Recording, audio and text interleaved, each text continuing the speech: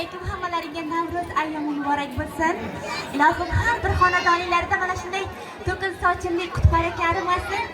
Navro'z degani yosharish fasli degani, yangilanish degani. Albatta musulmonlar bayrami, Navro'z ayyomi hammamizga omadli yil bo'lsin ilohim, chunki musulmonlar bayrami yangi yil hisoblanadi biz uchun.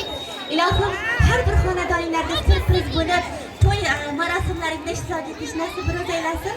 Bu Qo'qon qishlog'ida mana shu yerdagi barcha farzandlar ota-onasini haj umralarga olib borayotgan saxiy boylardan bo'lsin. Har go'zal qarsaklar. Ilohim har bir ota-onamiz baxtimizga doim sog' salomat bo'lsin. Sababim jannatim onam, davlatim otam loyihasi boshlovchisi Oyboni bo'laman. Albatta mana shu narsalarni tashkillashtirgan rais bolarimizga minnatdorchiligimizni bildiramiz. Bitta qarsaklarimiz jamoatlarimizga hamma avvalambor prezidentimizga sog'lik salomatlik tilaymiz. Mana 14 kun Navro'z ayyomi bayram deb qo'yibdilar.